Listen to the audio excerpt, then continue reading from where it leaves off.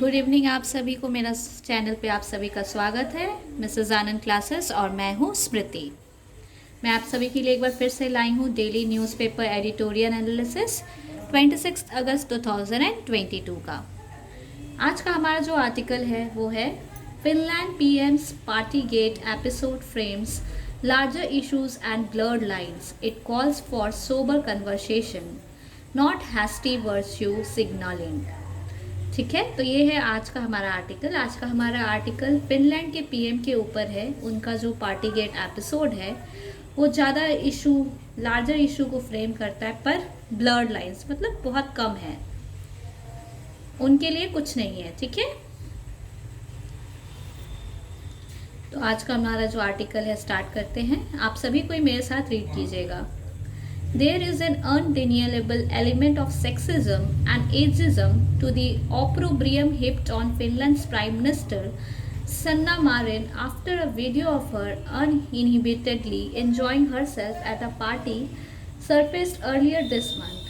At 36, Marin is one of the youngest heads of government in the world, and since her tenure began in 2019, she has been a popular and also polarizing figure in domestic politics.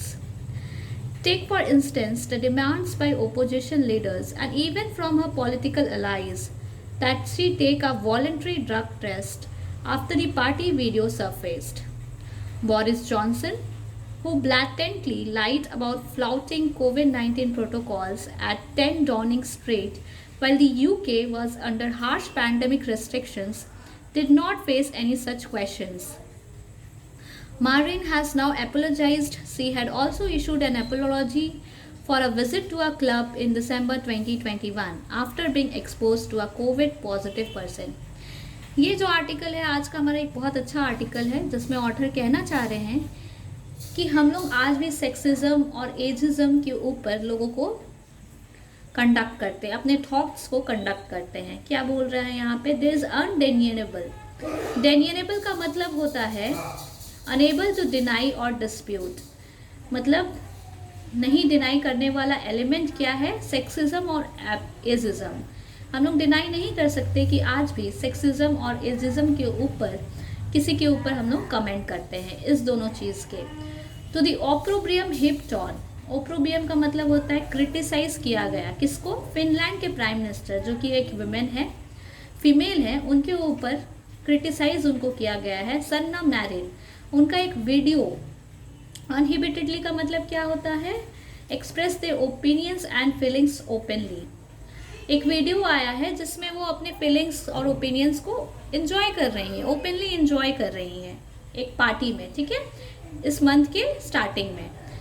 उनका as जो है eight 36, ये एक बहुत youngest heads है government की। ठीक है, इन द वर्ल्ड। उनका जो टेन्योर स्टार्ट हुआ था वो 2019 में हुआ है। उस समय से वो पॉपुलर है और पोलराइजिंग है।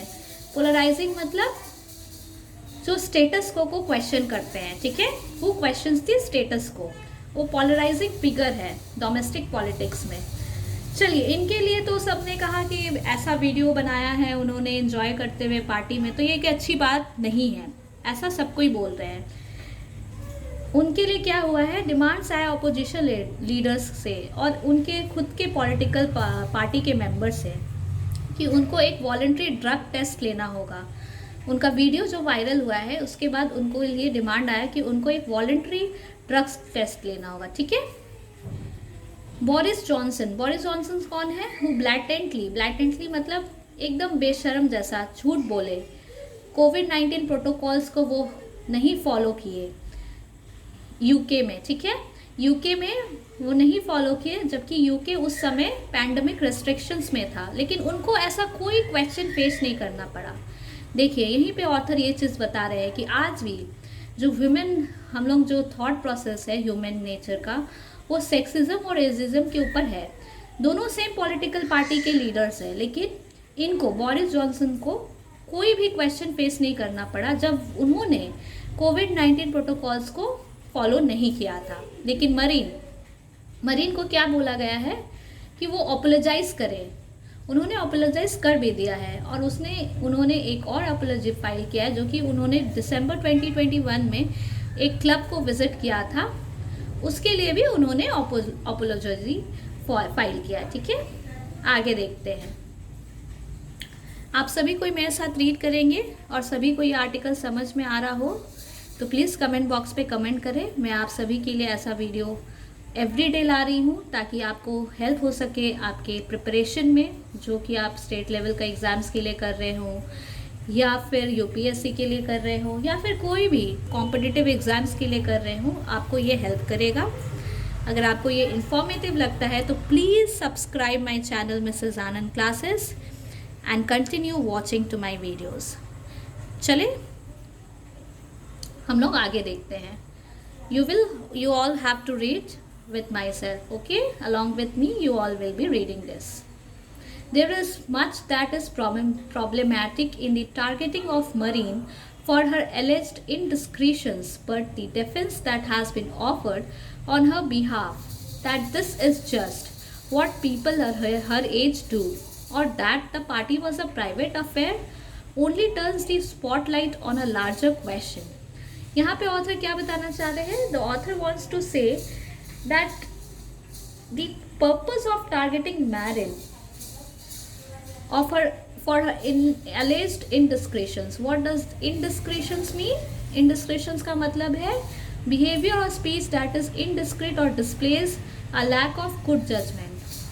उनका जो है टारगेट मरीन का वो प्रॉब्लमैटिक है उनके alleged indiscretions का, लेकिन डिफेंस ने उन्हें ऑफर किया है कि डिफेंस ने क्या कहा, ये तो वैसे एज के लोग करते ही हैं या प्राइवेट अफेयर था पार्टी।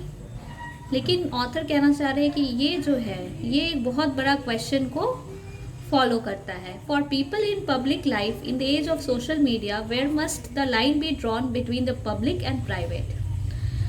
ऑथर पूछना चाह रहे हैं कि जो पीपल हैं, पब्लिक लाइफ है जिनकी, पब्लिक लाइफ है, सोशल मीडिया का एज चल रहा है, ट्रेंड चल रहा है, तो लाइन पब्लिक और प्राइवेट में कहाँ ड्रॉ करना चाहिए? Where we should draw the line between the public and the private. चलिए आगे देखते हैं। सभी कोई को अभी तक समझ में आ रहा है?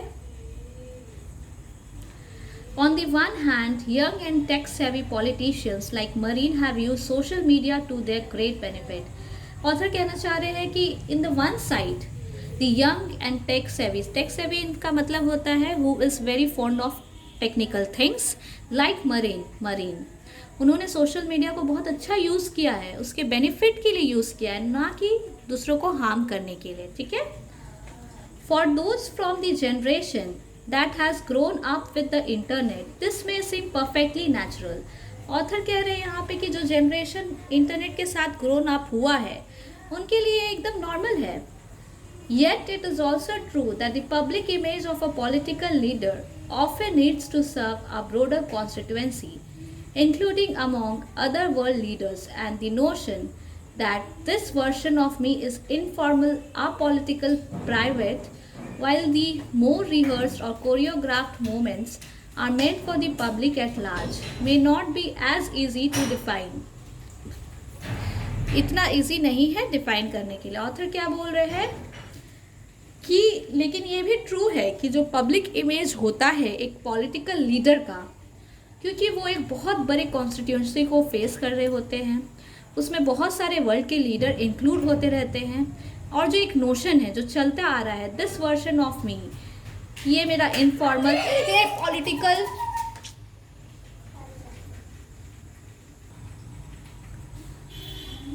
while the more rehearsed or choreographed movements are meant for the public at large. मतलब कि बोलने का मतलब है कि उनकी कोई जो प्राइवेट लाइफ होती है, इनफॉर्मल लाइफ होती है, वो वैसा नहीं दिखना चाहिए जैसा मरीन ने शो किया है। उनके लिए बहुत रिहर्स या फिर बनावटी मोमेंट होना चाहिए जो कि पब्लिक के लिए होना चाहिए, लेकिन ये बहुत ईजी नहीं है डिफाइन करने के लिए। There are also questions about security, questions भी है सिक्योरिटी के ऊपर, and not just so called property that arise from the prime ministerial judgment or lack of it, shown in letting down her guard among people who would then make images and videos of a private party public.